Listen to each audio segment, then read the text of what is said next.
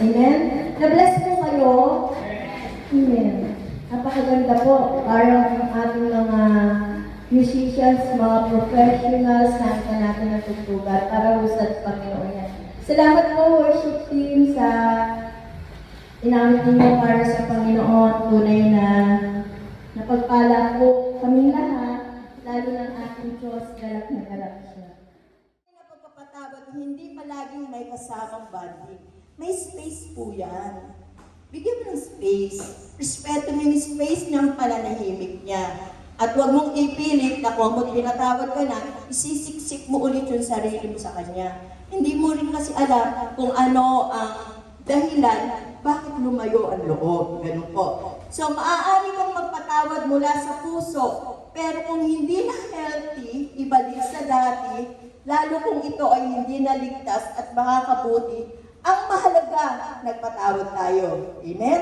Release the forgiveness. So, yun ang importante eh. Yun ang gusto ng Panginoon. Sinabi ng Panginoon, magpatawad tayo. Tayo, ayaw natin. So, makasalanan tayo. Paano tayo patatawarin ng Panginoon? At least tayo, masaya. Maging masaya tayo sa ating buhay. May galit sa atin, well, okay, fine.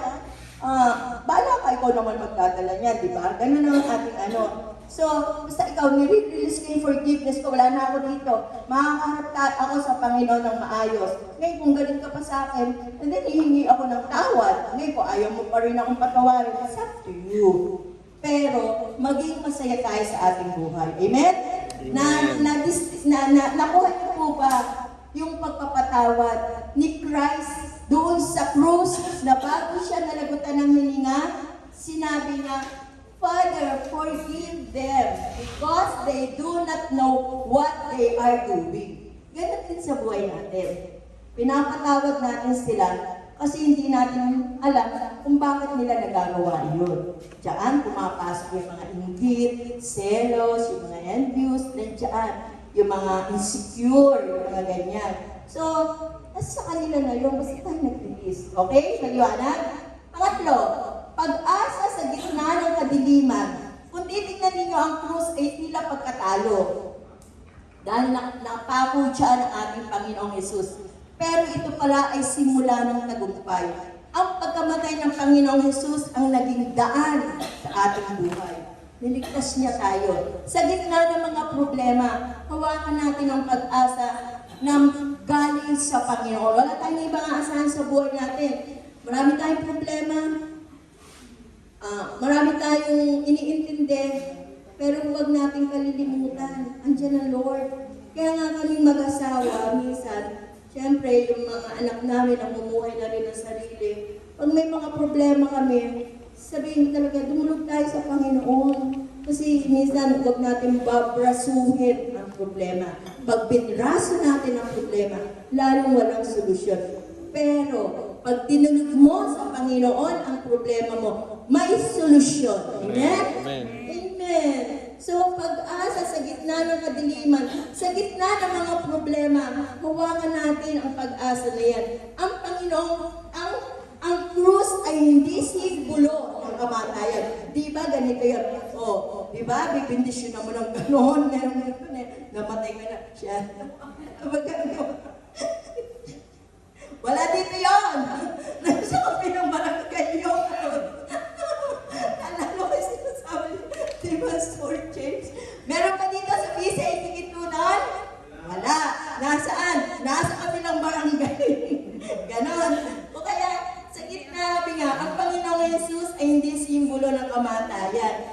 Ito ay paalala ng pag-ibig, pag-asa, at kapatawaran. Sa tuwing maririnig natin yung at the cross, alalahanin natin ang ginawa ng Panginoong Yesus. Ano man dilim o mabigat na pagsubok at lumating sa buhay natin, laging magliliwanag dahil nandyan ang Lord. Amen? Amen. So, sa panguli, katotohanan ng pag-ibig ng Diyos. Diba sabi niya, I know you love me. Diba? Sabi niya, kahit tayo, even when I fail you. Diba? Sabi niya, kahit na binibig natin ng Diyos, kahit na bumabagsak tayo sa buhay natin, minamahal pa rin tayo ng Panginoon. Hindi lang natin nakikita yan kasi hindi tayo marunong magbalik ng pagmamahal sa Panginoon. Paano ka magbabalik ng pagmamahal sa Panginoon? Pasalamatan mo siya pagising mo pa lang sa umaga. Pasalamatan mo siya mag-pray bago matulog. Pasalamatan mo siya maghapon.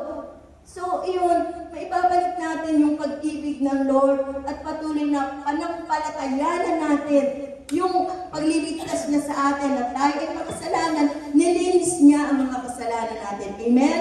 So, yan yung katotohanan ng pag-ibig ng Diyos. Ang ikadalawang bahagi ay deklarasyon ng pananampalataya. Kahit sa kabila ng kasalanan o kabiguan, hindi nagbabago ang pag-ibig ng Diyos. Ang kanyang pag-ibig ay hindi nakabase sa ating performance, kundi sa kanyang likas bilang Diyos ng biyaya. So kanina nakita ko, binivideo ko rin yung worship team. So nakikita ko sila, habang tumutugtog ng papakanta, hindi sila nagpa-perform sa tao. Naawitan niyo ang Diyos. Nag-worship kayo sa Panginoon, sabay ng paglilingkod ninyo sa Kanya. Kaya salamat dahil yung pag-ibig ng Panginoon ay patuloy na nagmamanifest sa atin. Sa pag-asa sa gitna ng kahihiyan na kahit tayo ay bumagsak, hindi tayo tinatalikuran ng Diyos. Diba, madalas may pagbagsak ang buhay natin. Minsan kala natin hanggang doon na lang tayo. Pero lumapit ka lang sa Panginoon eh. Hindi tayo tinatalikuran ng Panginoon. Sa halip patuloy niya tayo inaabot at itinataas. Mga paalala sa atin, tayo ay nagkukulang pero hindi tayo itinakwil ng Lord.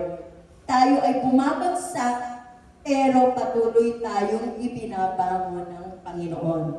Tayo ay makasalanan pero dahil sa pamamagitan ni Kristo, pinatawad at minahal niya tayo na hanggang ngayon ay minamahal tayo ng Panginoon. Amen? Amen. Kung hindi dahil sa Diyos, wala tayo dito. Walang naglilingkod sa Panginoon, walang galing from Paumbo, from Plaridel, from Dulatre, at kung saan pang nakatira. Wala tayo rito kung hindi natin mahal ang Panginoon.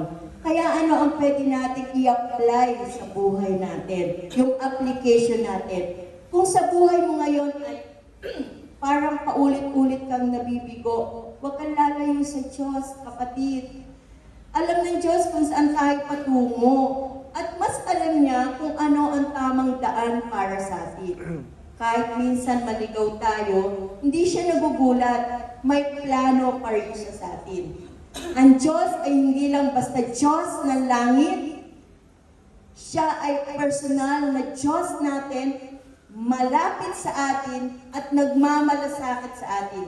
Kilala niya tayo, alam niya ang ating daan, at kasama natin siya sa bawat hakbang. Amen? Amen. Kaya mga kapatid, sa hapong ito, patuloy nating pasalamatan ng Diyos, patuloy tayong maglingkod sa Kanya. Kahit wala tayong tinatangkilik sa buhay natin, kahit masabihin natin tayo namamasahe papunta rito, huwag natin kukwentahin yan.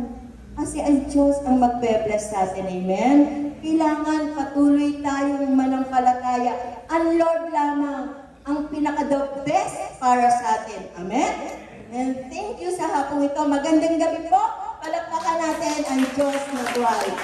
Amen? Maraming salamat po sa bawat isa sa inawit natin. Pwede po kaya mahilingan ulit kantahin natin yung At the Cross? Sige po, para lubusan nating maunawaan bago po tayo mag-pray ulit. At hinihiling ko po yung ating mga kapatid na tumayo po. Awitin natin muli ang At the Cross dahil dito natin napapatunayan may Diyos na hindi nagpapabaya sa atin.